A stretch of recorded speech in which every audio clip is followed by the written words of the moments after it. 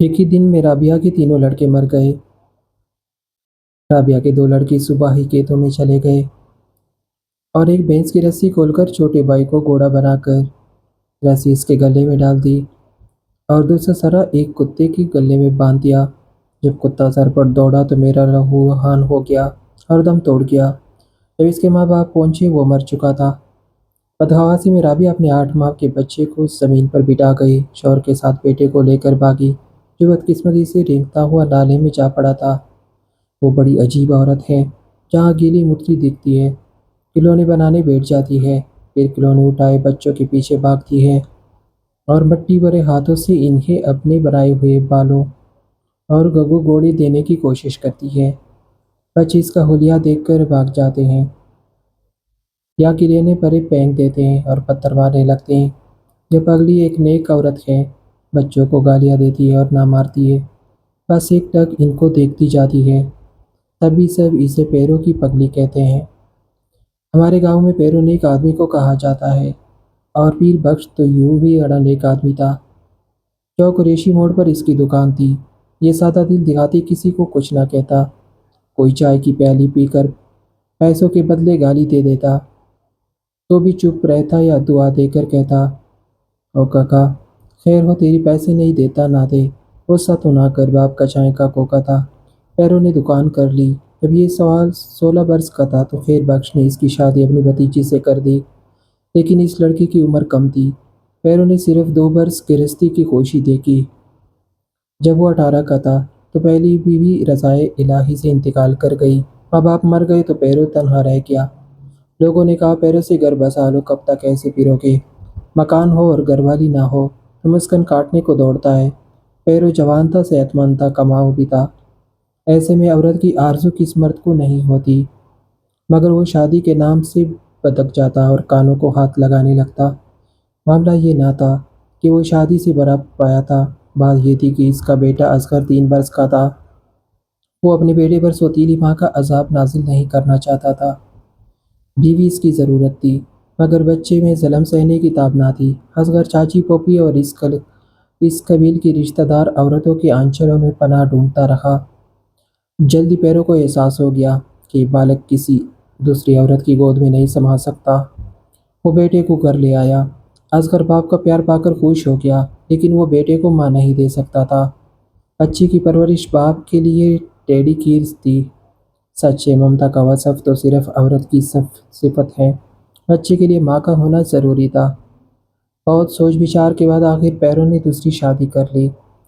خالہ سے شرط طے ہوئی کہ رابعہ نہ صرف بچوں کو ماں کا پیار دے گی بلکہ اس کے دل سے محرومی کے سارے زخم دھو ڈالے گی۔ رابعہ لڑو کم سنتی، ان باتوں کو نہیں سمجھتی تھی۔ ماں نے جو نصیحتیں کی وہ میکے کی دہلیز پر چٹکائی تھی۔ دلہن بننے کی اسے چاہ تھی، لیکن پھر بخش کے گھر آ کر وہ ڈر گئی۔ اس کے تیور دیکھ کر ہر وقت سہمی رہتی۔ پہلے دن ہی پیرو نے دلہن کو سنجیدگی سے اصغر کے بارے میں کچھ نصیحتیں کی، پھر بچے کو اس کے پہلو میں لٹا کر دوسری چارپائی پر لیٹ کیا۔ کچھ دیر تک وہ کچھ سساتی رہی۔ حسرت سے پیرو کو دیکھا تو وہ اپنی ذمہ داری کا بوجھ اس کے نازک پہلو میں ڈال کر گہری نیند سو چکا تھا۔ رات کے اگلے پہر یہ بیچاری بھی نیند کی باہنوں میں جھول گئی۔ یوں اس رشتے کی ابتدا ہی غلط انداز سے ہوئی۔ رابعہ کا دل جیتنے کا یہ طریقہ احسن نہ تھا۔ پہلے تو پیرو کو اس لٹیرا لڑکی سے پیار جتانا لازم تھا، لیکن نادان مرد نے اس امر کو ضروری خیال نہ کیا۔ تاہم ابتدا میں وہ شوہر کے ڈر سے اصغر کے ساتھ پیار و محبت سے پیش آتی تھی۔ رفتہ رفتہ اس کے کنی بدن نے گھر کے چاروں کونوں میں فسو پھیلا دیا تو اصغر کی کم بختی آ گئی۔ پیرو کی باز پرس اور رابعہ کا پیار دونوں گم ہو گئے، یہاں تک کہ رابعہ دلیر اور پیر بخش بزدل ہو گیا۔ جو ہی شوہر کے دل پر رابعہ کا راج ہوا وہ اصغر کے معاملے میں نہایت سخت گیر اور سرمہر ثابت ہوئی۔ کچھ حربہ نہ چھوڑا اور معصوم بچے کے ساتھ مدمقابل کا سا سلوک کرنے لگی۔ اسے ذہنی اور جسمانی دکھ پہنچانے میں حد کر ڈالی۔ اصغر کے دل پر کیا بیتتی، بے زبانوں کی کہانیاں ان کے آنسوں میں بہہ جاتی۔ انہیں کوئی رقم نہیں کرتا تو کوئی پڑھ کیسے سکتا ہے۔ دنیا کا سب سے بڑا ظلم تو بچوں کو پیار کے لیے ترسنا اور ان کی روحوں کو پامال کرنا ہے۔ رابعہ خود ماں بن کر بھی اس معصوم کے لیے ماں نہ بن سکی۔ وہ اپنے بچوں میں اتنی مدہوش تھی کہ سوتیلے بیٹے کا دل جو خالی کشکول تھا، اس میں پیار کے دو میٹھے بول بھی نہ ڈال سکی۔ ایک روز یہ کومپل باپ اور سوتیلی ماں کی بیاسی وہ غفلت کے باعث مر جا گئی۔ اصغر کی موت کا پیروں کو کچھ دن صدمہ رہا، پھر وہ ایک بولی بصری کہانی بن گئی۔ ایک دن کا ذکر ہے، پیرو زمیندار کے ٹیوب ویل پر گیا ہوا تھا۔ رابعہ گھر میں کھجور کے پتوں سے چٹائی کے لیے پیٹیاں بن رہی تھی۔ اس کے دونوں بیٹے گھر سے نکل گئے۔ یہ صبح کے 10 بجے کا وقت تھا۔ دونوں کلیان میں چلے گئے۔ بڑے نے چھوٹے سے کہا، آؤ گھوڑا بنے، رسی تو ہے نہیں۔ شیروں نے میروں سے کہا، قریبی بھینس کی کولی ہے، اس کا رسہ نکال لیتا ہوں۔ پہلے تم گھوڑا بنو۔ 4 برس کے میروں نے گردن آگے کر دی۔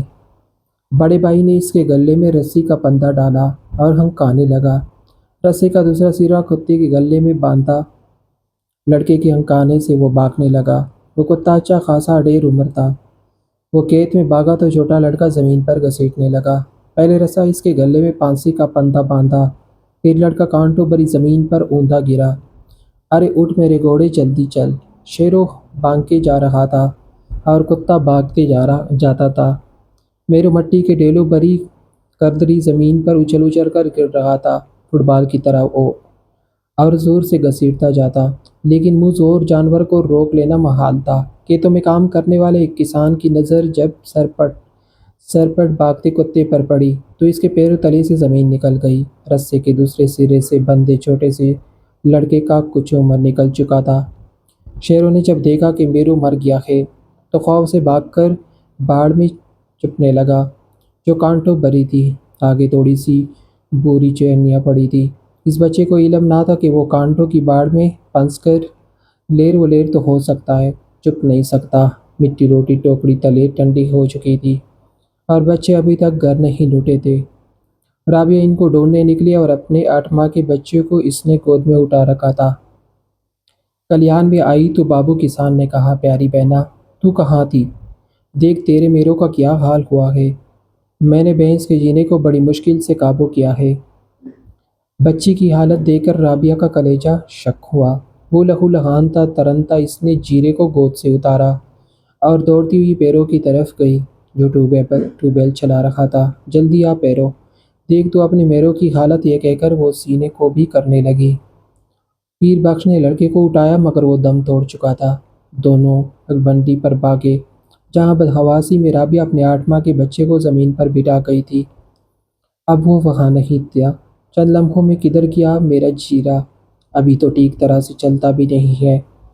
پگڈنڈی کے ساتھ نالا بہہ رہا ہے۔ وہ رینگتا ہوا نالے میں جا پڑا تھا اور ڈبکیاں لگا رہا تھا۔